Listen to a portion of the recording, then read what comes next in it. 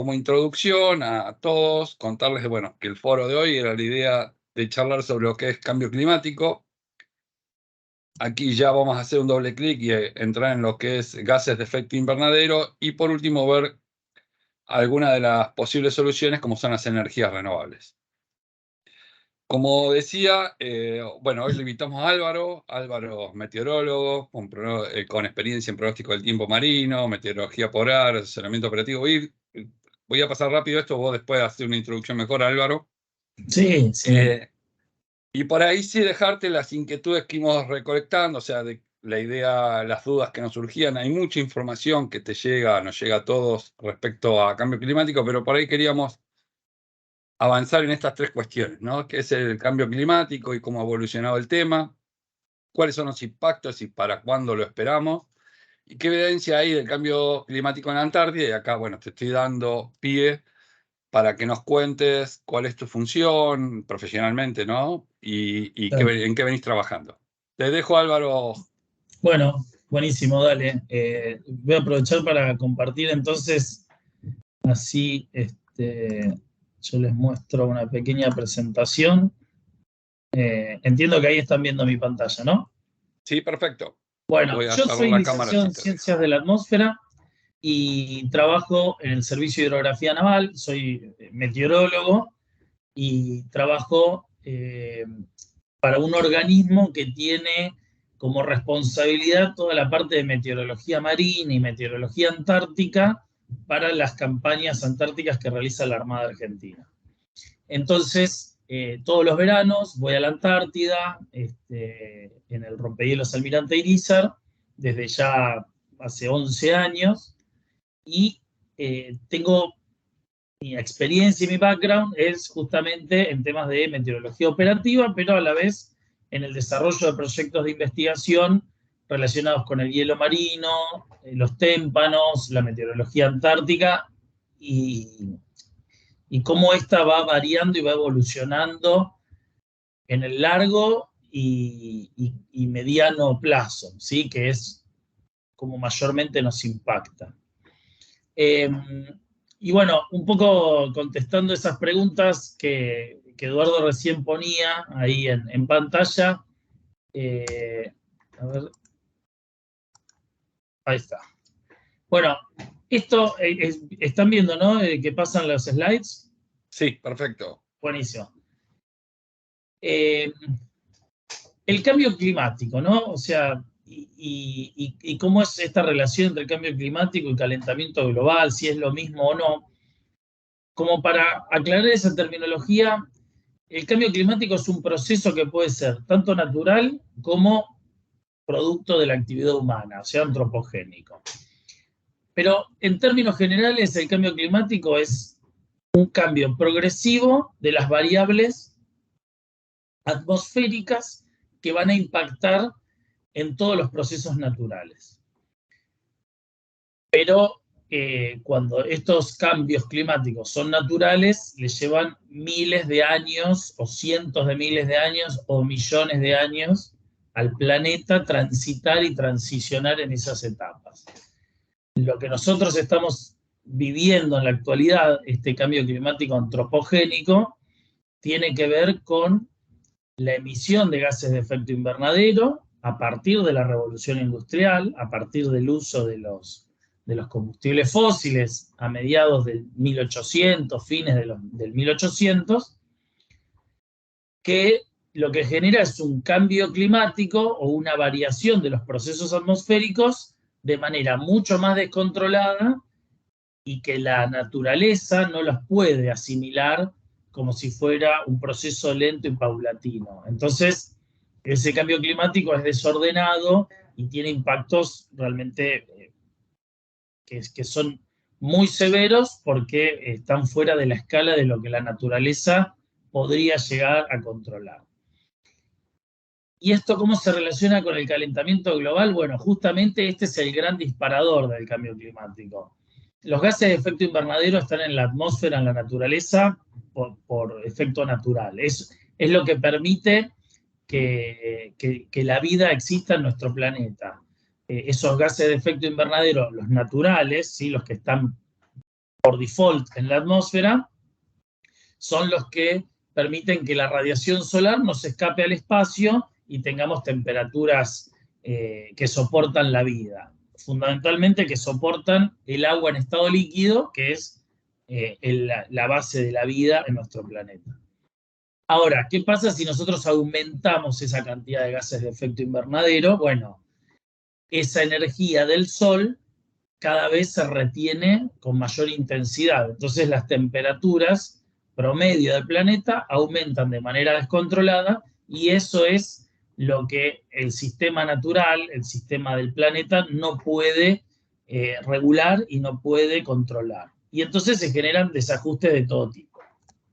Ahora, ¿cómo sabemos todo esto? Bueno, en esta línea de tiempo que yo les muestro, sí, es como para que ustedes vean que no hace tanto tiempo que sabemos de este problema. A partir de la década del 60-70 hay dos investigadores, Manabe y Hasselman, que empiezan a entender qué es lo que pasa cuando aumentamos los gases de efecto invernadero y de dónde provienen estos gases de efecto invernadero. O sea que recién en esa década empieza a estudiarse el problema de las emisiones por el uso de combustibles fósiles. Después se suceden una serie de conferencias, es como que toda la maquinaria científica se empieza a mover y hay algunos eventos que son importantes. Uno es, y aunque parezca así medio fantasioso, ¿no? Pero esas dos películas que yo les estoy poniendo acá, El día después de mañana y Una verdad incómoda o inconveniente, que es el documental de Al Gore, fueron dos situaciones que hicieron que el tema del cambio climático tuviera máxima difusión alrededor del mundo, aunque parezca, digamos, poco académico, poco científico, pero fueron dos eventos que hicieron que la problemática climática se conociera alrededor de todo el mundo. Y estamos hablando de principios del año 2000. Tal es así que Al Gore gana un premio Nobel de la Paz por toda su militancia, digamos, de la no emisión de gases de efecto invernadero. En el 2015 tenemos el Acuerdo de París, ¿sí? Que es el acuerdo de los estados en limitar, en reducir al mínimo las emisiones de gases de efecto invernadero por actividad industrial, y llegamos al Acuerdo de París porque el protocolo de Kioto de fines de los 90 no funcionó, ¿sí? Fue un protocolo que también apuntaba a lo mismo, pero que no se logró implementar en la mayoría de los países industrializados. Entonces tuvimos que ir al Acuerdo de París y así todo, ahí estamos, todavía no hay acciones concretas. Y a partir del 2020, estamos en este momento de quiebre y de toma de decisiones. ¿Para qué? Al 2030 tenemos que llegar a una reducción de emisiones netas de un 45%. O sea, tenemos que reducir en más del 50, más de la mitad, las emisiones netas de gases de efecto invernadero. Para que el 2050 logremos reducir un 100% las emisiones netas. O sea, no es dejar de emitir, sino que emitir solamente lo que el sistema natural puede volver a reabsorber en términos de dióxido de carbono. Un hecho destacable, acá hay les marqué dos hechos que quiero mencionar. Fíjense, en 2021 reciben el Premio Nobel de la Física los dos investigadores que en la década del 60 y el 70 habían empezado a investigar. O sea, solamente la ciencia se tomó 60 años para reconocer los estudios y los hallazgos de estos dos investigadores. Y después, ¿cuánto hemos aumentado la temperatura promedio del planeta Tierra? ¿Sí? Estamos en 1,1, 1,2 de aumento de la temperatura promedio respecto del periodo preindustrial, y nuestro objetivo para el 2100 es llegar a los, como se los puse acá, ¿sí? Limitar el aumento de la temperatura en 2 grados centígrados para el año 2100 pero también hacer un esfuerzo excepcional para que el aumento no sea mayor a 1,5 grados. Y si en el 2022 ya estamos en 1,1, bueno, nos habla de una dificultad importante. Otra cosa que quiero destacar de esta línea de tiempo, que fíjense que las acciones hay que tomarlas hasta el 2050 para lograr el objetivo en el 2100. O sea que 50 años antes tenemos que tener resuelto el problema, porque este calentamiento global tiene una inercia térmica. Entonces, la Tierra se va a seguir calentando durante 50 años más, pero para no superar esos 2 grados centígrados como máximo, tenemos que haber hecho todo muy bien hasta el año 2050. Es por eso que realmente es muy importante el tema de tomar decisiones drásticas ahora en cuanto a la emisión de gases de efecto invernadero. Ok, antes de pasar Sí. por ahí para a ver si me quedó claro, Álvaro. Sí. Entonces, en principio, el calentamiento global está entendido que tiene como causa el hecho de que existan gases de invernadero en la atmósfera y que estos han ido creciendo desde la época industrial a hoy y siguen creciendo. Sí, es por el uso de combustibles fósiles Principalmente. masivo. Sí. Perfecto. Y también, bueno, lo que estamos viendo es como una reacción lenta, si se quiere, desde que se identifica el problema a la toma de acción, que bien, como bien decías, no está siendo muy efectiva al menos. Y sí, lo que pasa es que esos acuerdos que se van firmando, si no se ponen efectivamente en práctica por parte de los países industrializados, que son los que más emiten, y digamos, ahí es donde está el punto clave. Como que nos estaría costando modificar nuestros hábitos y de manera tal que al no modificarlos seguimos contribuyendo a los gases de efecto invernadero y al calentamiento global en general. Exacto. Perfecto. Bien, gracias. Y te hago una consulta más, porque a lo largo de la historia de esto, porque uno, por toda la información que uno recibe, ¿no? Sí. Por ahí escuchás a algún científico que te dice, bueno, pero en la historia de la Tierra, en estos 400.000 millones de años, ha pasado por etapas de glaciación, se ha calentado, se ha enfriado, y bueno, y viene pasando, y esto es un proceso natural que sí, nos vamos a calentar un poco, bueno, después vendrán tiempos de enfriamiento. Allí hay un poco el porqué de esta preocupación, y la pregunta es esta. El tema es que tenemos un montón de especies, o la vida como hoy la conocemos está relativa a estas condiciones, ¿no? Exacto. Que al modificarla quizás se modifiquen el contexto que hizo que estas especies evolucionen. Lo que pasa es que ahí la gran diferencia cuando uno hace esas comparaciones de hace millones de años es que todos los cambios climáticos naturales que hubieron en el planeta fueron, digamos, paulatinos y le permitieron a la naturaleza y a las especies adaptarse o extinguirse. El problema del calentamiento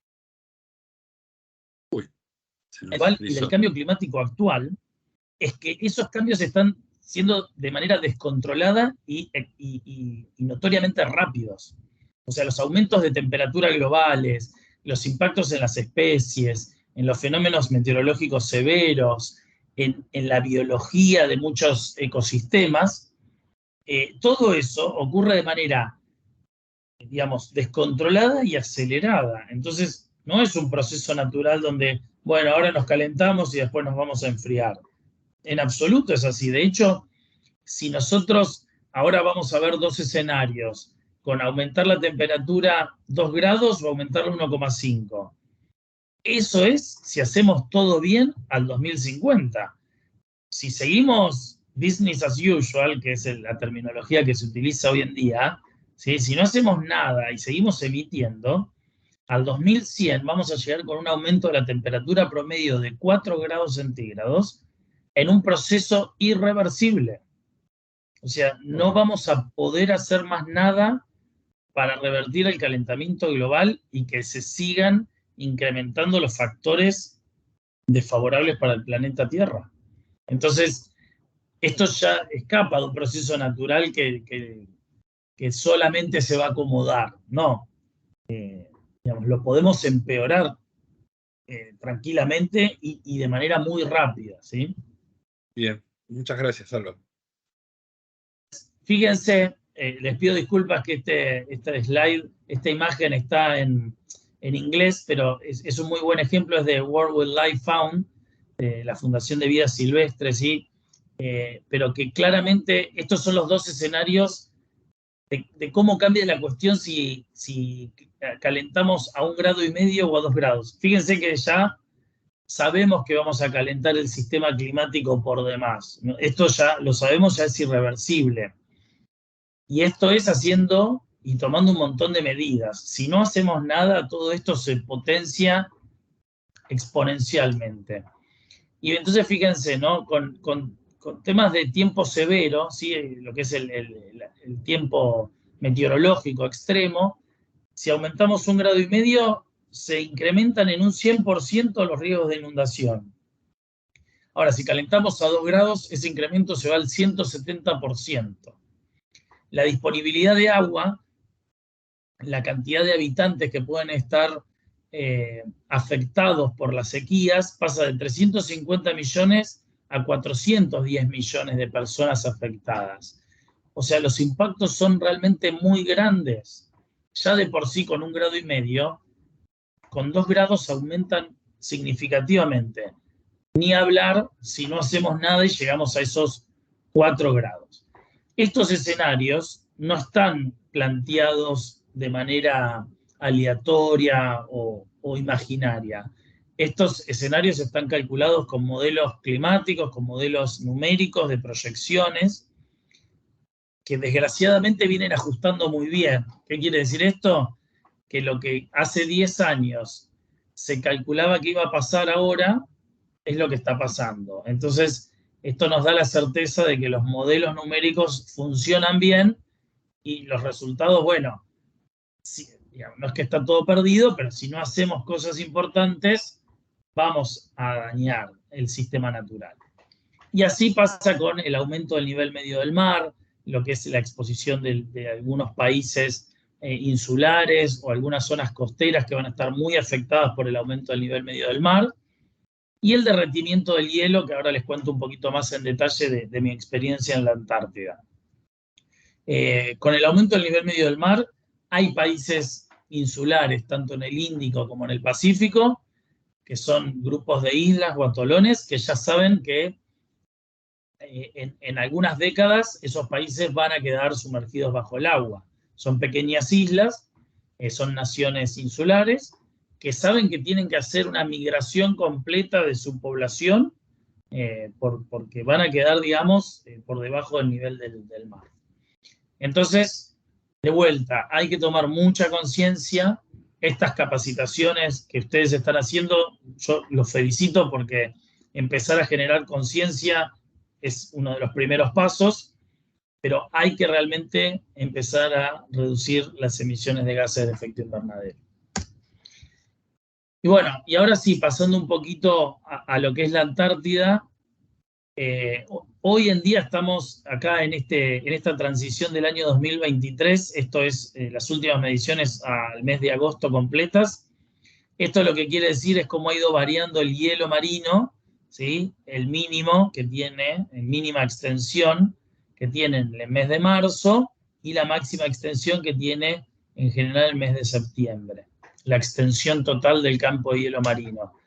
Bueno, y acá ven, todos los años son cada una de estas líneas azules, son los años, y acá en rojo el año 2023, que es un año excepcionalmente bajo en la extensión del campo de hielo marino. No sabemos todavía por qué, esto es algo que hay que investigar y que hay que estudiar, pero sí claramente tiene mucho que ver con el aumento de la temperatura global, con el aumento de la temperatura del agua de mar, tiene mucho que ver con la circulación oceánica que se ve modificada por las temperaturas. Hay una serie de evidencias que nos permite conjeturar que es una clara evidencia del cambio climático. No significa que el hielo marino no va a volver a crecer, este es un año excepcionalmente bajo, que puede ser que recupere un poco más el año que viene, pero esto es un llamado de atención. Fíjense que la diferencia en millones de kilómetros cuadrados que hay es realmente muy grande, ¿sí? La comparación que se hacía el mes pasado era que la superficie total que faltaba de hielo marino en la Antártida era por lo menos equivalente a toda la República Argentina. Todo eso faltaba de hielo marino alrededor de la Antártida. Y en esta imagen de la izquierda lo que les muestro es las zonas donde se ha ido perdiendo masa de hielo, pero de los glaciares. Ya no hablando del hielo marino que rodea la Antártida, sino de las grandes masas de glaciares que hay en la Antártida. La Antártida es un continente, como cualquier otro de tierra, que por encima hay una capa de hielo de en promedio 2.000 metros de altura. O sea, es un gran macizo de hielo, y fíjense que en casi todas sus costas, en casi todas sus zonas expuestas al mar, ha ido perdiendo masa de glaciares, que es lo que está indicado con estos puntos rojos, que son los hotspots, los puntos calientes. Y como para muestra hace falta un botón, esto es lo que les quiero mostrar acá, es la progresión de la pérdida de hielo en la base Orcadas, que es una de las bases que tiene Argentina en la Antártida. Entonces, fíjense, ¿pueden ver mi mouse, Eduardo? ¿Lo ven? Uy, perdón, sí, perfecto. ¿El puntero se ve? Buenísimo. Bueno, o a ver si acá hay un puntero tal vez. Ah, acá hay un puntero, sí. Lo que les quiero mostrar es esto, ¿sí? Acá en este bajo que hay acá está ubicada la base, ¿sí? En esta imagen justo estaba lloviendo. Toda esta zona estaba cubierta por glaciar, ¿sí? En el año 2005. Ya en el año 2012, acá sigue estando el glaciar, pero toda esta parte de acá ya falta. Y fíjense acá, ¿sí? Ya empieza a faltar y ya se empieza a ver parte de la montaña, que antes estaba cubierta por glaciar. Y ya en la imagen del año pasado, acá ya no hay más nada de hielo, por completo desapareció el glaciar, y ya la cara de la montaña está totalmente descubierta. Esto es masa de glaciares que no se recupera. O sea, esto no vuelve a crecer de un año al otro. Esto ya, esta masa de glaciar de hielo ya se perdió. De hecho, una de las evidencias también muy importantes que hay en la Antártida del efecto del cambio climático, les puedo mencionar dos, aparte de la pérdida de glaciares que ustedes pueden ver en estas imágenes. Uno es que ahora, durante el verano, antes solamente nevaba en la Antártida. Ahora ya llueve en la Antártida. Que haya, digamos, precipitación en estado líquido indica que hay temperaturas por arriba de 0 grados muy predominantes. Antes no ocurría nunca en la Antártida eso. Siempre que precipitaba era en forma de nieve. Y el otro gran impacto es que en la nieve del continente, ¿sí? En los glaciares, bien de adentro de la Antártida, ya se han tomado muestras con presencia de microplásticos. ¿Eso qué quiere decir? Que el plástico ya se encuentra circulando en la atmósfera a gran escala. Entonces los microplásticos que se desintegran en la atmósfera porque se van deteriorando, porque están expuestos en los basurales o en distintas o en las islas de basurales de plástico del Océano Pacífico, eso ya circula en la atmósfera libremente y ya ha logrado decantar, por ejemplo, en la nieve, en el interior de la nieve en el medio de la Antártida, ¿sí? Lo cual habla de un gran impacto de ese tipo de actividad humana, que es el consumo o el uso de plásticos en exceso. Bueno, esto es el slide final, ¿sí? Hasta la década del 90 o los 2000, decíamos que el cambio climático estaba llegando, ya no tenemos ninguna duda que el cambio climático es de origen antropogénico, es por actividad del hombre, y los efectos lo estamos viendo ahora, ¿sí? El aumento de los eventos extremos de meteorología, las sequías, las olas de calor, no es que antes no pasaban, ahora pasan más seguidos y con mayor intensidad, con mayor severidad, ¿sí? Eso es lo que termina pasando. Bien, Así muchas que, bueno, gracias, Álvaro. Te habíamos pedido 15 minutos, ya vamos para 30. sí, Pero mil gracias. Sabemos que estás ocupado, así que te agradezco mucho. Esto me parece que es un gran aporte. Y sí, nos da 5 minutos más.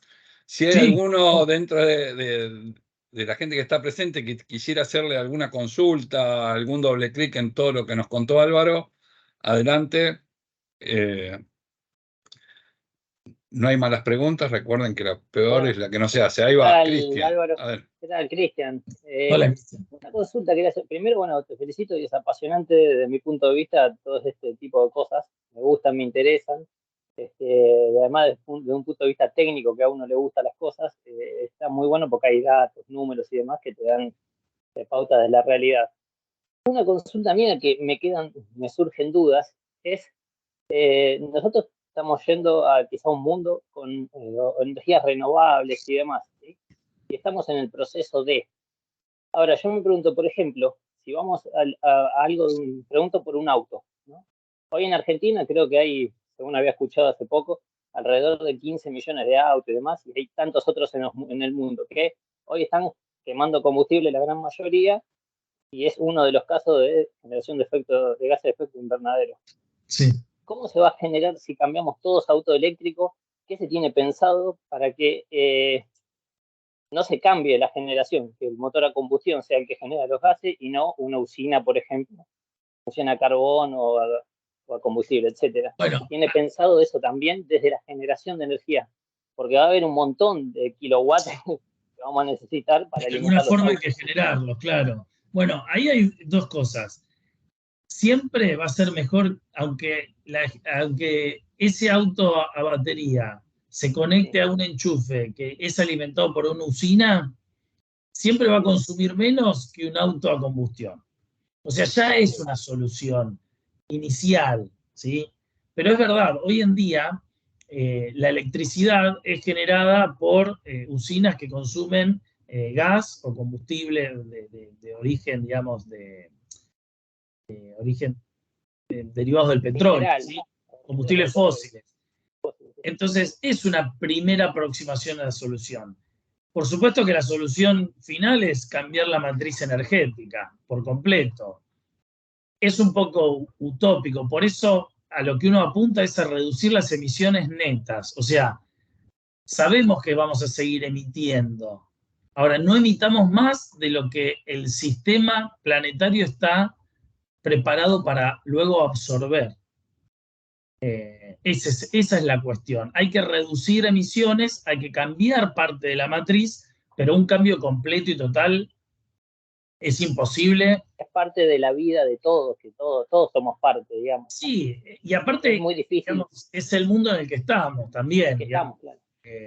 No hay que ser tampoco ilusos o surrealistas en que eso va a cambiar de un día para el otro y que vamos a solucionar todo porque tengamos energías limpias, porque no lo vamos a poder hacer. Entonces, hagamos cosas concretas y realizables y sostenibles en el tiempo, porque aparte es eso.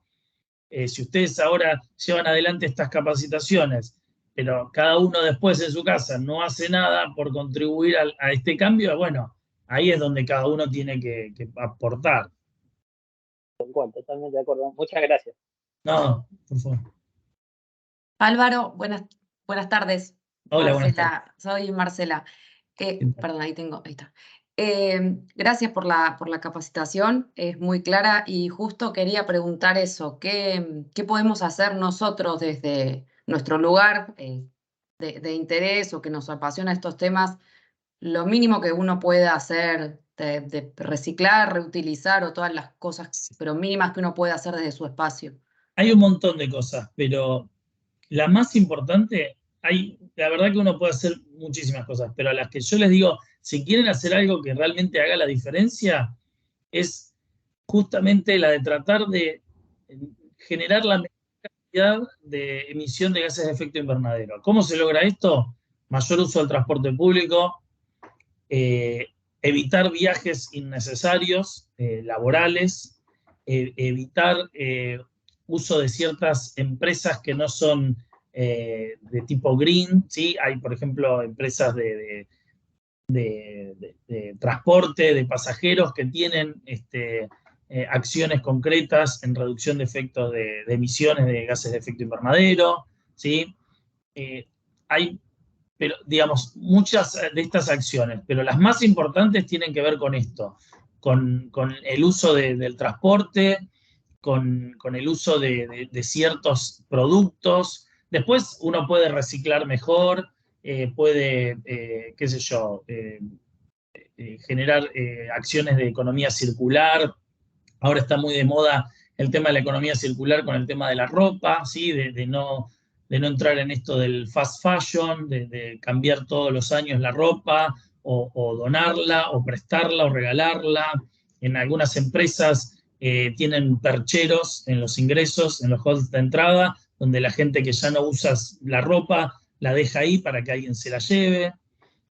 Abrigos, camperas, o sea, no va a dejar una remera por ahí media vieja, pero digamos, son acciones que también aportan, pero lo que más va a aportar es que tratemos de reducir al mínimo los combustibles de tipo fósil. Gracias. No, por favor. Bueno, si no hay más, te liberamos, Álvaro. Bueno. Nosotros vamos a seguir, ya vamos a hacer un doble clic con la introducción que vos nos diste. La verdad, vuelvo, te agradezco muchísimo tu presencia, nos amplía un poco. Siempre estamos hablando dentro de las paredes de Bio y esto me parece que es interesante, traer una mirada de afuera y más global. Buenísimo. Y aprovecho también que siempre me olvido hablar, agradecer a la gente de Recursos Humanos que nos coordina todo esto, así que, bueno. Te liberamos, Álvaro. Seguimos. Gracias. Nos vemos. Te voy a ir a visitar. Chao, cuando vuelvas. Gracias. Muchas gracias. Chao, chao. Bueno, bien. Vamos ahora a hacer un poco con lo que nos contaba Álvaro. La idea nuestra era ahora sí hacer un doble clic, ver un poquito por ahí en detalle qué vamos a estar haciendo dentro de Biogénesis Vago.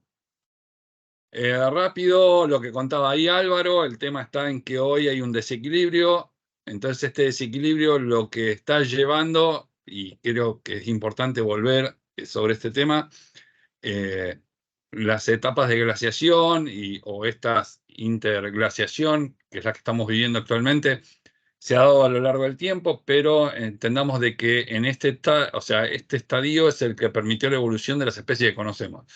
Cambiando el ecosistema, seguramente habrá especies que se adaptarán y otras especies que se extinguirán. Básicamente eso. Y bien, entender de que, bueno, este es el típico gráfico que está acá a la izquierda de lo que vemos todos los 400 millones de años, pero entender que es el desequilibrio que nos contaba Álvaro se está dando en los últimos tiempos, todo medidos desde la época industrial para aquí. Ok, y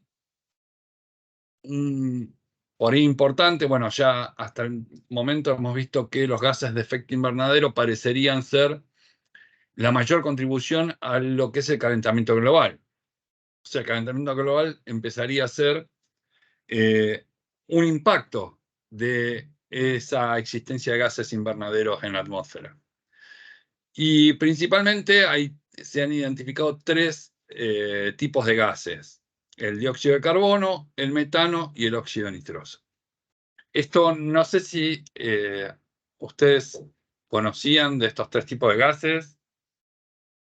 Cuando hablábamos de gases de efecto invernadero, digo, porque tenemos mucha información que nos llega. ¿Alguno sabía que eran estos tres tipos de gases? Pueden interrumpir, ¿eh? Bueno, yo de dióxido de carbono y metano sí, el otro óxido nitroso no. Igual no soy experto, nada. Esto no, obvio. Estamos hablando de información que nos llega a nivel diario. Digo, hay mucha información que nos está llegando respecto a esto. la idea de esto es, por ahí, desmenuzarlo un poquito para que se lleven una idea más exacta de cuando recibimos estas noticias. Básicamente, los 3 gases principales son estos, y el tema está en que tienen después una parte, o sea, cuando hacemos una apertura de quiénes son los que emiten estos gases, allí aparecen, este es del año 2016, pero bueno, es un cálculo global de estas emisiones de gases, y como ven, el 73% es lo que llamamos que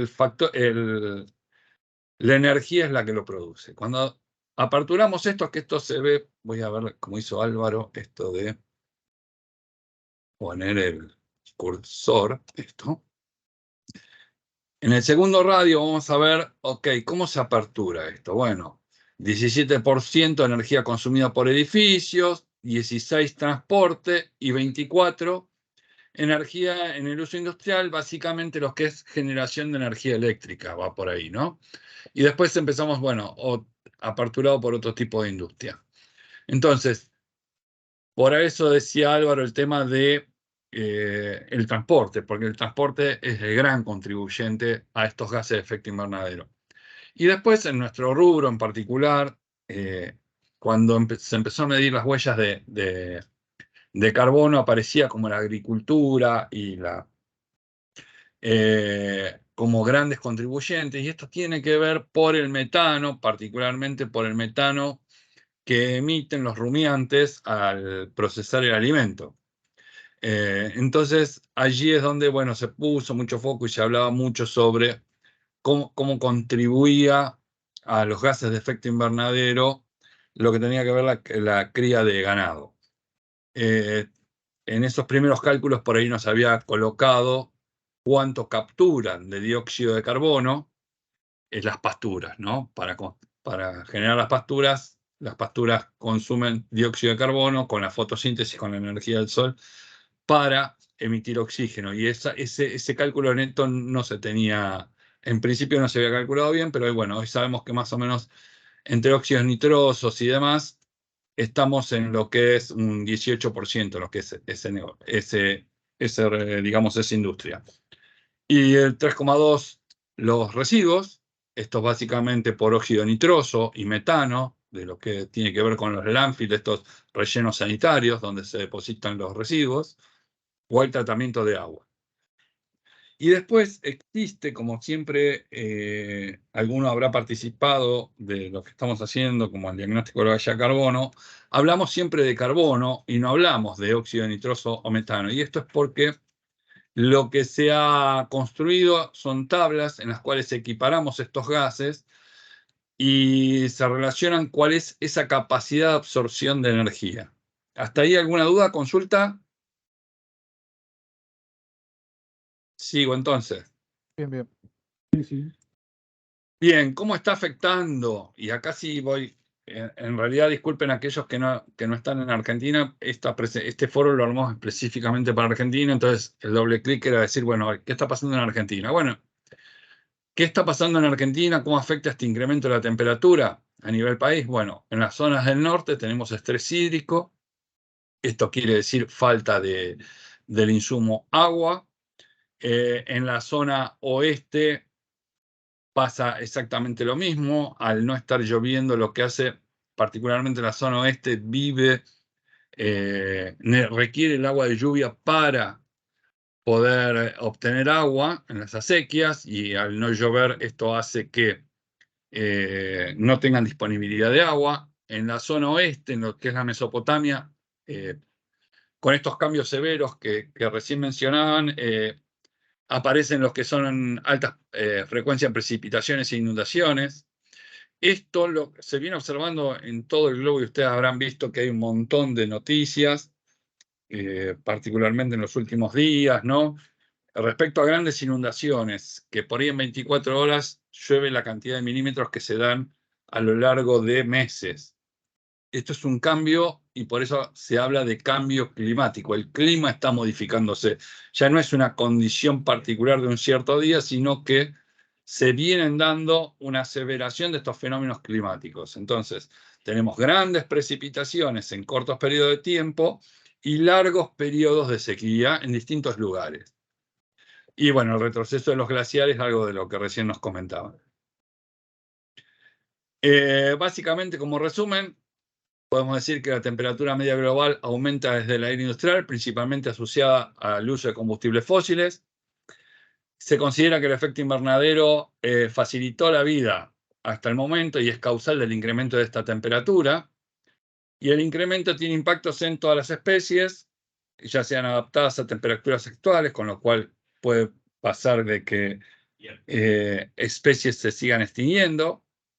No me acuerdo el número exacto ahora, pero desde los años 70 se venían siguiendo 5.000 especies, de las cuales que se consideraban en riesgo de extinción, de las cuales el 98% se ha extinguido.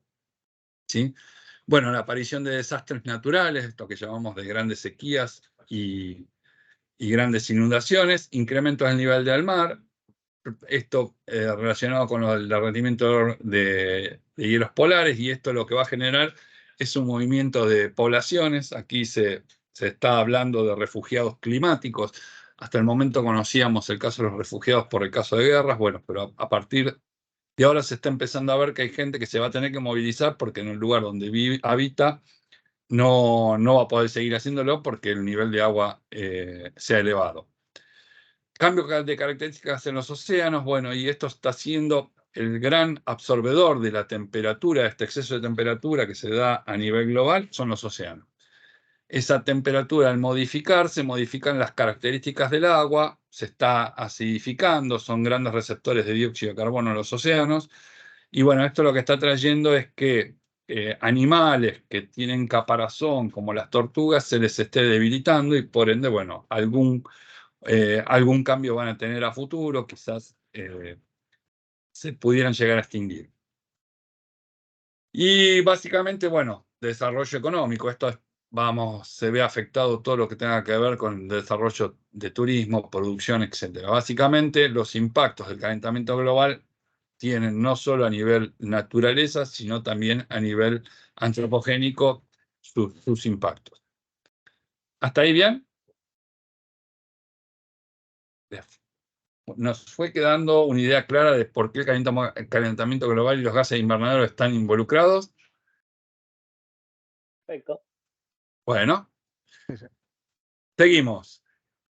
Entonces, posibles soluciones. Y acá, ahí Cristian decía, ¿qué hacemos? Bueno, y acá hay tres opciones grandes. La primera es reducir el ingreso de energía, y bueno, esto es imposible. Sería colocar una pantalla para tratar de que toda la energía que viene del Sol llegue en menos cantidad de energía, ya que ahora está dentro de la atmósfera, se está reteniendo esa energía y vuelve hacia la Tierra. Lo que estaríamos necesitando es que llegue menor cantidad de energía, pero hoy sería imposible. Todo lo que tenga que ver con la reducción de emisiones de gases de invernadero o crecimiento de bosques, todo lo que tenga que ver con fijar ese dióxido de carbono, o sea, quitarlo de la atmósfera y llevarlo a la Tierra, sería una de las posibles salidas. Básicamente para reducir lo que está en la atmósfera y permitir que la Tierra se enfríe cuando no le da el sol. Ese es básicamente ese ciclo natural del que hablamos. Esto para entender el por qué hablamos de combustibles fósiles. Básicamente los combustibles fósiles están compuestos, son grandes cadenas de carbono que estaban dentro de la Tierra y nosotros al colocarlo en un motor a explosión lo transformamos en dióxido de carbono y lo ponemos en la atmósfera. Y esto es lo que hace que estén presentes y se facilite lo que es este efecto invernadero. Lo que estamos planteando hoy como posibles soluciones son la de reducir esa emisión o bien fijar dióxido de carbono de manera tal de que retirarlo de la atmósfera y volver a colocarlo en la Tierra. Y la última opción, que ya hoy se está tomando también, que es la de, bueno, adaptarse a ese cambio, entender de que va a haber cierta cantidad de especies que se van a extinguir, algunas se adaptarán y seguirán con la vida.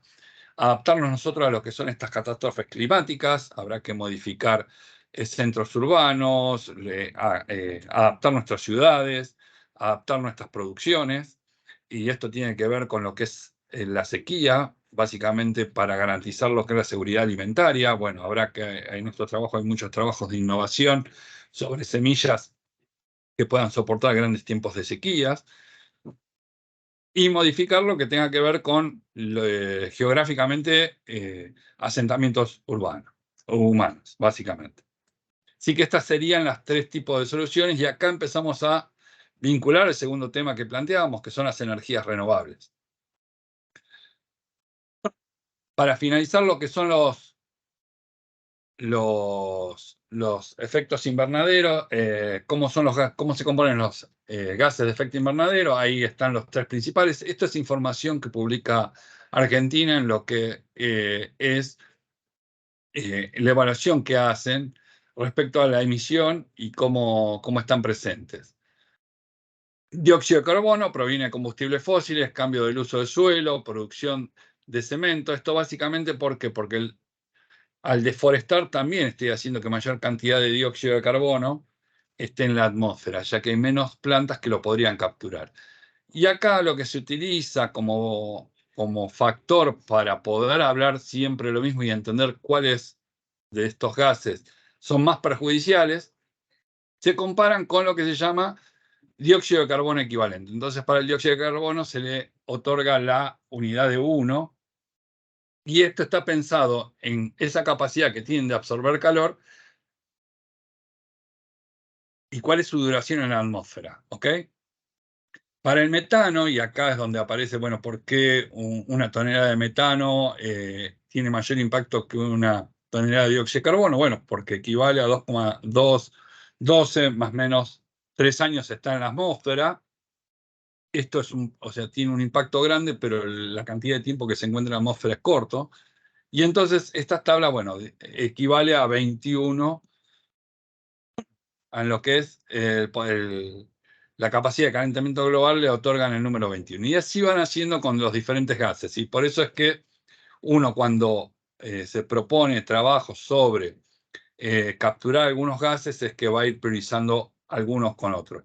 El dióxido de carbono, la particularidad que tiene es que se mantiene muchísimo tiempo en la atmósfera, ¿no? Bien.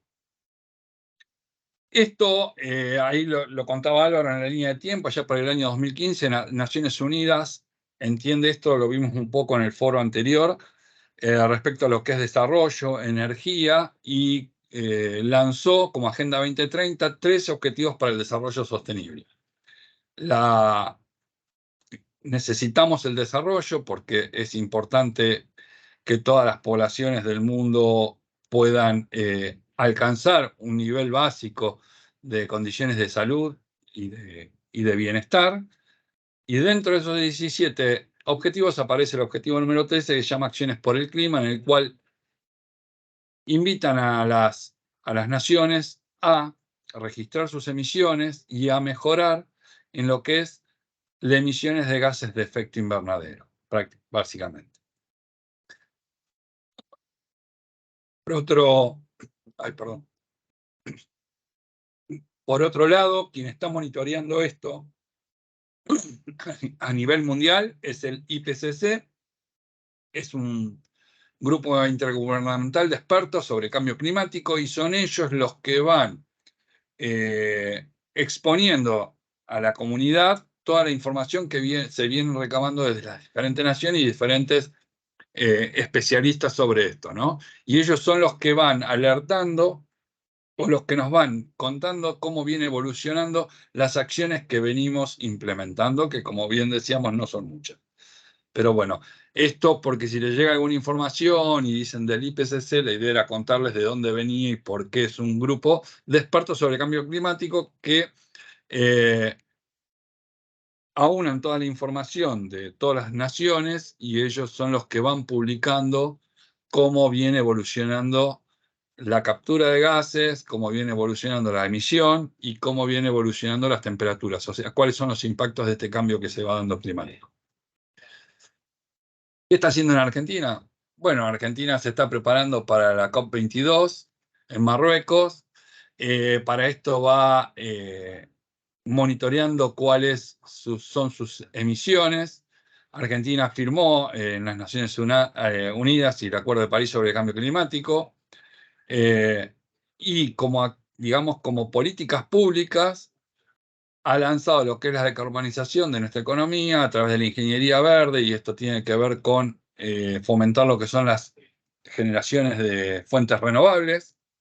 También ahora últimamente este año ha lanzado lo que es el mercado de carbono y ha emitido algunas leyes de promoción ya hace un tiempo, todo siempre orientado a lo que son generación eléctrica a través de fuentes renovables. Esto un poco en respuesta a lo que había surgido hoy de, bueno, ok, yo voy a pasar a una matriz, tenemos que cambiar la matriz energética, está claro, pero si un vehículo va a consumir, que hoy consume derivados del petróleo, pasa a consumir energía eléctrica, pero su generación sigue siendo necesito derivados de petróleo, como veíamos la otra vez, cerca del 50%, aún se requiere petróleo para generar energía eléctrica. Bueno, lo que se está proponiendo es que esa energía eléctrica provenga de fuentes renovables, que no sean emisores de dióxido de carbono a la atmósfera cuando están operando, sí van a generar cuando son construidas. Bien. Esto es lo que es el inventario. El inventario se va realizando. La Argentina tiene un inventario. Este es el resultado. 53% de las emisiones provienen de energía. Y como yo le decía, dentro de energía se encuentra el transporte. 37% agricultura y ganadería, 4% residuos y los procesos industriales 6%. Y bueno, se van monitoreando todo lo que son las toneladas de dióxido de carbono equivalente, esto porque por esa tabla que yo les mostraba antes, cómo hacemos con todos los gases de efecto invernadero para llevar un equivalente de dióxido de carbono. ¿Cómo es la matriz energética en Argentina? Bueno, aproximadamente el 14% de la energía que hoy consume Argentina proviene de fuentes renovables, ¿sí? O sea, desde que surgieron estas leyes a hoy se ha logrado que el 14% de la energía que se consuma provenga de energía eólica, solar, geotérmica, hidráulica, biomasa, gases de vertedero y demás. Y es muy poquito lo que, bueno, dentro de las que no emiten emisiones, que serían la generación hidráulica o la nuclear, también, bueno, están contribuyendo a que a esta reducción de gases de efecto invernadero. Sin embargo, como les decía antes, como ven aquí en los números de gigawatts, el 50% aún en Argentina sigue siendo, se genera a través de centrales térmicas que consumen gas principalmente. ¿Qué pasa en la energía? Bueno, ¿cómo ese 14% se abre? Bueno, ese 14% de energía renovable, el 73% proviene de energía eólica. Estos son parques eólicos ubicados bien en las provincias de Santa Cruz, Chubut, Río Negro y algunas dentro de Buenos Aires. 15% proviene de energía fotovoltaica o solar.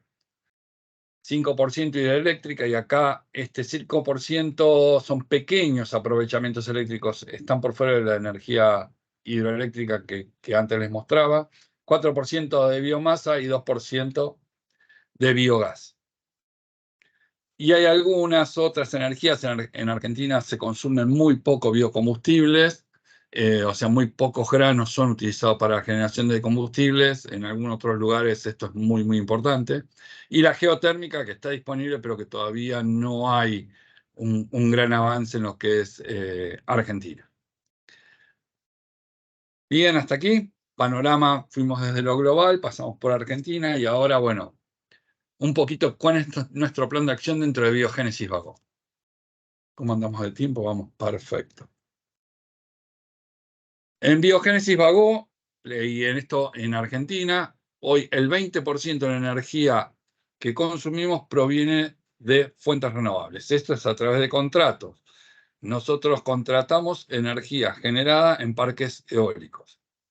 Como yo les decía, el 80% de la otra energía, a su vez, la matriz energética tiene un 16% de renovables. 7% nuclear y 24% en hidráulica. Y 53% de esa energía que nosotros consumimos, quitando las renovables, provienen de centrales térmicas. ¿Qué quiere decir esto? Si hacemos una conversión a las toneladas de dióxido de carbono equivalente por mes, para capturar las emisiones de esas centrales térmicas, nosotros, para la energía que nosotros consumimos, para ese 80%, necesitaríamos 1.292 hectáreas de bosques. Esto está calculado en función de la capacidad que tiene un bosque de fijar ese dióxido de carbono. Claramente es inviable. Nosotros a donde vamos apuntando es a crecer en los contratos sobre energías renovables. Previo a esto, hacer los trabajos que tenemos que hacer para eficientizar nuestro uso de energía. Y a su vez, bueno, también va a ir ayudando que esta matriz energética en Argentina vaya siendo orientada cada vez a la menor emisión de dióxido de carbono. O sea que este es un trabajo que se va dando en conjunto a nivel nación respecto a la energía que se coloca en la red y después a los esfuerzos individuales que cada uno va tomando para consumir energías que no emitan gases de efecto invernadero. Bien, otra de las acciones, quizás alguno de ustedes esté vinculado a lo que es el diagnóstico de huella de carbono. Nosotros hoy en Biogénesis Vagó hemos comenzado, estamos ahí, Valeria está por cerrar ya el primer paso, que es esto de identificar y poder construir aquellos elementos que constituyen lo que es la huella de dióxido de carbono. Básicamente los vectores que generan esta huella son el consumo de gas natural, consumo de combustibles, consumo de energía eléctrica, el tema de materias primas, o sea, para la construcción, para la manufactura de esas materias primas se emitieron dióxido de carbono. Lo mismo pasa al momento de nosotros descartar esos residuos. Todo lo que tenga que ver procesos de logística, tanto sea para la llegada de materiales como para la salida de productos, y todo lo que tenga que ver con desechos post consumo. Nosotros estamos haciendo hoy un diagnóstico para poder identificar esos datos de dónde podemos llegar a construir lo que es nuestra huella de carbono. Es un paso relevante porque una vez que nosotros tengamos esa huella de carbono a la cual esperamos llegar en 2025, con datos colectados durante todo el año 2024, nos va a poder permitir implementar acciones orientadas a esos mayores generadores, ¿no? de dióxido de carbono. Bien, y acá, bueno, un poquito más de lo mismo, pero contarles que cuando hablábamos de toneladas de dióxido de carbono, vemos que todos los procesos, y estos vectores en particular, son los que están vinculados. Energía eléctrica, la emisión es indirecta porque la realiza quien provee energía en la red, en tanto que el consumo de gas natural o algunos gases que se consumen dentro de plantas, eso es lo que se denomina emisión directa. Esto es lo que nosotros directamente ponemos de dióxido de carbono en la atmósfera. Lo mismo, bueno, emisiones indirectas al consumir agua, como por ejemplo en la planta de Monte Grande, que estamos consumiendo agua desde la red. Bueno, para obtener esa agua hay alguien que generó dióxido de carbono, entiéndase que consume energía, ¿no? Así que nuestra idea es, bueno, a estos vectores, a futuro tenerlos medidos, controlados y gestionarnos para reducir el consumo. Esto está muy relacionado con lo que hablamos de ambiente. Si uno trabaja sobre esos aspectos, lo que va a estar haciendo indirectamente es reducir el impacto. Entonces, nosotros, estos aspectos que vienen a ser el agua, la energía eléctrica, el aire comprimido, gas, vapor, combustibles y gases refrigerantes, reduciendo estos aspectos, vamos a estar reduciendo impacto, haciendo un uso eficiente, claramente, o bien aplicando innovación sobre tecnologías de lo que se llaman verdes, que hoy en este caso tendrían relacionadas a que emiten menor cantidad de gases de efecto invernadero. ¿Ok? Bien. Consultas, comentarios. Voy a dejar de compartir. A ver si les puedo ver las caras. Algo que surja, si hemos aportado. Recuerden que nosotros vamos haciendo estos foros sí que cualquier comentario nos viene bien, lo valoramos porque nos va a ayudar a hacer mejor el que viene. Sí, bueno, yo para tomar un poco el puntapié, ya hice preguntas, pero bueno, vuelvo un poquito.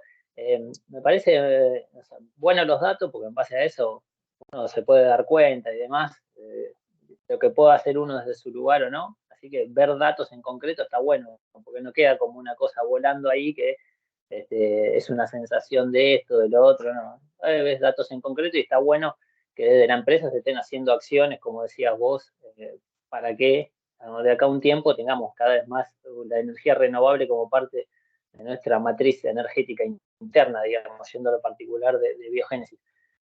Una consulta que te quería hacer en base a esto es, vos, para entender bien, porque no me quedó muy claro, ¿este 20% de lo que nosotros consumimos son energías renovables en planta? Sí, esto es de la energía que nosotros compramos, adquirimos a la red, tanto sea de Edenor como de Sur. Nosotros tenemos un contrato con una empresa que se llama Pampa Energía, la gente de ingeniería y mantenimiento contrata. El 20% de esa energía es consumida desde generación eólica. ¿Qué quiere decir? Nosotros pagamos por esa energía, esa empresa inyecta esa energía en la red, claramente de ahí a que ese electrón termine en nuestra planta. No, obvio, parte es de más todo el genérico, ¿no? interconexionado. Exacto, Claro, pero si nosotros pagamos para que el 20% de la energía que consumimos sea inyectada desde una fuente verde, o sea, una fuente que no emite. Bien, y desde Bio en particular, ¿tenemos pensado nosotros generar, por ejemplo, en los techos poner fotos, paneles solares o ese tipo de cosas internas para generar interna o todavía o no tiene sentido? Nosotros hoy estamos, hoy ha cambiado un poco la situación. Antiguamente podríamos decir no tiene sentido, pero hoy lo que nosotros estamos viendo es que el tema de cambio climático empuja mucho más que el tema solo económico. Si bien en Argentina, esto lo vimos mucho en el foro anterior, disculpen que haga referencia al anterior, pero Uy, perdón, yo el tema de tarifas en Argentina está complejo. En Argentina el costo por megawatt está en $90 cuando, no sé, en Brasil está $200 el megawatt. Hace que la autogeneración quizás no sea rentable. De todas maneras, Biogénesis Bagoa ha tomado el desafío y vamos a estar instalando paneles de alrededor de 30 kilowatts, no es mucho, pero es a nivel piloto, en planta Monte Grande, en los nuevos procesos de Minbit, y estamos evaluando proyectos para ir para unos 300 kilowatts, que bueno, tenemos que ver esto, ¿no? Repago y demás, porque la sostenibilidad, recuerden que tiene todas las aristas, y bueno, tiene que ser una sostenibilidad ambiental, económica y social, ¿no? Y ética, digamos. Entonces, bueno, todas las patas deben ser. De todas maneras, Argentina creció mucho últimamente en esto de tener generación verde. Esto es algo que hasta hace 5 años atrás no ocurría. O sea, es algo que la verdad que creció mucho. Y Argentina ve esto como una problemática. Hoy se está discutiendo a nivel de política pública lo que es la matriz energética.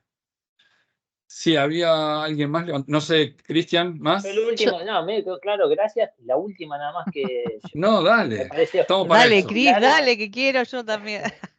Perdón, la última.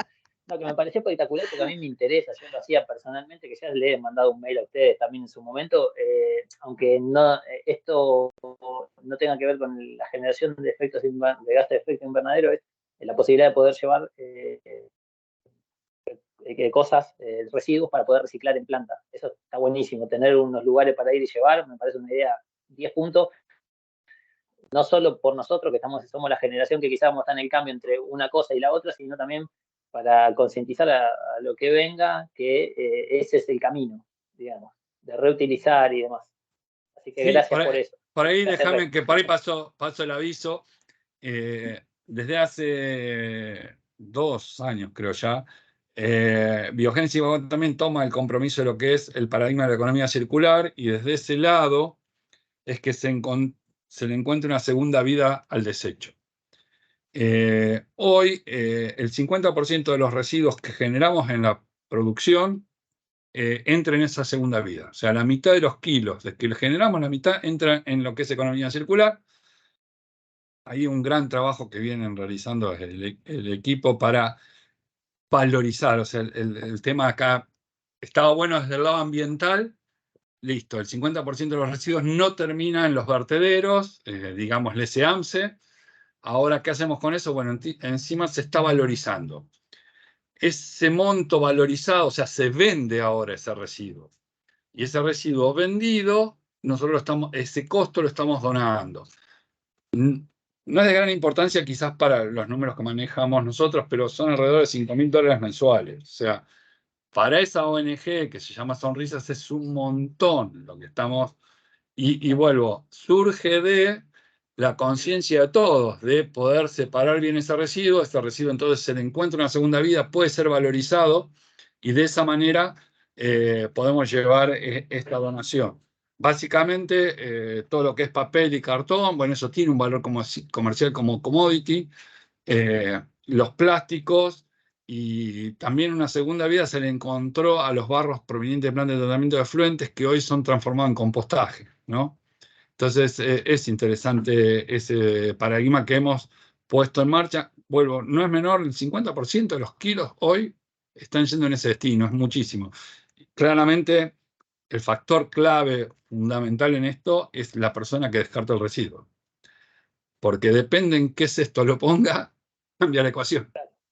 Es así. Pero bien. Sí, Adriana. Bueno, gracias. Y Adriana, ahí te dejo el lugar. Gracias. No, yo ya, bueno, tenía la duda del tema de costos, pero ya se lo respondiste a Cristian, porque cuando comentabas del tema que estábamos comprando a un proveedor que proviene de la parte de que es renovable. Pero bueno, ya se lo Sí. dijiste a Cris. Y la otra cosa era como traerle un poquito, porque uno a veces lo ve mucho en estadísticas y cosas, y traer un ejemplo de que no está tan lejos en un PowerPoint o en la pantalla, sino que este efecto en tu casa te pega. Por ejemplo, acá en Escobar con la sequía, con el tema de la falta de las lluvias, se notó muchísimo. Yo estoy en la zona del Cazador y nosotros tomamos las aguas, no tenemos de agua corriente, sino de pozos domiciliarios. Y la cuenca del Puelche bajó, con la Sí. sequía bajó, y muchas bombas de las antiguas que estaban a menos metros quedaron en vacío, o sea, no podían tomar agua, la gente se quedó sin agua porque había bajado el nivel del Puelche, o sea, que no es una estadística o no es algo que vemos en la tele, o sea, que está pasando, que hay que ser consciente y tener el cuidado, que cuando dejamos la canilla abierta es agua que estamos tirando. Entonces, quería como que eso, ¿no? Porque a veces uno mira programas, mira cosas, pero está bueno ser conscientes que está pasando, que no es nada más que una estadística. No, Era sí, eso nada más. totalmente, sí. En toda esta zona, estoy hablando Buenos Aires un poco más ampliado, ha bajado cerca de 2 metros la cota del acuífero Puelche, que es desde donde se toma agua, ¿no? Claramente, esto es empezar a tomar conciencia. Tenemos menor cantidad de precipitaciones, eso hace que ese acuífero no llegue a recargarse. Por ende, bueno, nosotros lo vemos en este sentido, pero el acuífero Puelche se recarga más allá cerca de las montañas, no se recarga con la lluvia de acá. O sea, el impacto es no llueve donde se recarga este acuífero y por ende nosotros lo vemos aquí, ¿no? Pero aún así el acuífero que le llaman pampeano o freático, que es el que está en contacto con lo que llueve, o sea, es el primer acuífero. Ese acuífero sí ha caído terriblemente. Sí, nosotros lo hemos observado eh, en las plantas también. Teníamos algunos pozos que monitoreamos nosotros y no se podía sacar muestras de agua. Tuvimos que hacer nuevos pozos para llegar a unos 30 metros, cuando antes a 15 metros teníamos el agua. Sí, esto de cuáles son los impactos del cambio climático. No lo preparé, pero bueno, hace poco hubo un accidente en en Córdoba, con la ruta Córdoba-Rosario, cerca de 30 autos chocaron. Yo por ahí tengo alguna filmación, después se las puedo pasar, porque yo fui por la ruta 5 y me llamó muchísimo la atención que donde había lagunas era todo un polvareo, toda una nube de polvo. Y era porque las lagunas se secaron, el polvo entonces empezó a volar y donde sopla un poco de viento, las rutas se ven, no se puede manejar por ese polvo, ¿no? Pero sí, es parte de todos estos pequeños cambios como decía Álvaro, esto siempre pasó. Lo que pasa es que ahora está pasando más recurrentemente. Esto es lo que está llamando la atención, que está pasando recurrentemente. Ahora estamos cambiando el fenómeno de la niña, el fenómeno del niño, y lo que antes duraba 7 años cada fenómeno y está durando 2. O sea, eso es lo que le está llamando a los meteorólogos la atención. O sea, como bien decía él, es como que el planeta no termina de adaptarse rápidamente. Los cambios son más repentinos. Entonces, bueno, ahí en el medio va quedando. Nancy, te escucho. Hola, buenas tardes. Por favor. Yo estoy hace poquito en vivo, vengo de Mayors, así que si Bien, ya bien. se han escuchado de nosotros, bueno, súper interesante, Eduardo. La verdad es que es la primera vez que tengo una charla de este tipo y la verdad que me impactó. Eduardo, yo quería consultarles por ahí si ya habían medido lo que había sido el impacto de lo que era lo que fue la pandemia en cuanto al movimiento de gente, porque bueno, ahora antes todos los días íbamos al trabajo y ahora trasladamos ese trabajo a las casas, lo que hace que uno no tenga que movilizarse por ahí, el que iba en auto todos los días al trabajo dejó de hacerlo, sí ha bajado ese impacto en cuanto a la emisión de dióxido de carbono. Y por otro lado, aprovechar que si en algún momento se decide me parece que es la más, digamos, la más factible de instalar en una casa, que es la energía solar. Si se decide implementar algún tipo de esta tecnología o ampliarla, porque hemos visto, yo vi yendo a Monte Grande que hay unos tanques de agua solares y demás, si se decide ampliar este uso, digamos, de energía en planta, tal vez hacer algún convenio para que todo lo que traslada, porque, a ver, se trasladó parte del consumo energético al consumo energético de las casas, que antes por ahí estaban solas, y había un consumo energético de mantenimiento, heladera, no sé. Ahora lo incrementamos en las casas, más allá de que no usamos el auto para movernos tal vez, pero bueno, tal vez llegar a hacer algún convenio con las empresas que instalan este tipo de paneles para que se acerquen o que den la posibilidad a los empleados para que nosotros por ahí podamos ver la posibilidad de instalarlos en casas también. Se me ocurre. Lo tomamos. No, hasta el momento no llegamos a ese estadio. O sea, soy sincero, no es que llegamos al estadio de decir, bueno, a ver, de qué manera podríamos que nuestros colaboradores tengan acceso a. Hoy por hoy estas cuestiones se han encarecido mucho, esa es la realidad, y por qué nosotros por eso no se nos ocurría esto, porque hoy tiene un costo que sería inviable, vuelvo a los costos energéticos de Argentina hoy. Pero esto es hoy. Claro. O sea, la otra vez, bueno, estoy vendiendo demasiado el que ya pasó, pero mostrábamos las facturas de Denor, en las facturas de Denor te dicen cuánto tenés subsidiado. O sea, dice claramente cuál es el costo energético. Y eso quiere decir que si el subsidio ese me lo cobraran, estaría todo allí en lo que podríamos hablar tarifa de costo energético de energía eléctrica, estoy hablando, ¿no? Y la verdad es que no, porque hay subsidios a los combustibles, hay subsidios a un montón de otras cuestiones. Lo más lógico es que cuando el costo energético esté en la media, no digo europea porque es muy alto, pero sí en la media de Sudamérica, quizás estas acciones de poner un panel fotovoltaico que genere electricidad, por ahí empiece a ser más rentable. Lo que vos viste en Monte Grande se llaman colectores solares, que lo único que hacen, no lo único, es importantísimo, lo que hacen que es tomar la energía del sol y con eso calentar un fluido. En el caso de Monte Grande calentamos agua. Eso sí tiene un costo mucho menor. Si bien en nuestras áreas de incumbencia no es la mejor opción, pero ayuda muchísimo en lo que es ahorro energético. Si yo hoy pudiera, vuelvo por ahí a lo que decía hoy Álvaro, creo que el primer paso que debemos hacer es el uso eficiente. Y después, como segundo estadio, trabajar en, a ver, cómo esa generación es verde. Con el uso eficiente, hoy desplazarnos una sola persona en un vehículo, esas cuestiones, la verdad que son las que hoy mueven el amperímetro a nivel de lo que estamos hablando, no emisiones de gases efecto invernadero. Son las que cambian la situación. El optimizar viajes, ¿por qué? Porque vimos que la energía y transporte es lo que mayor genera, ¿no? Por los motores de combustión interna.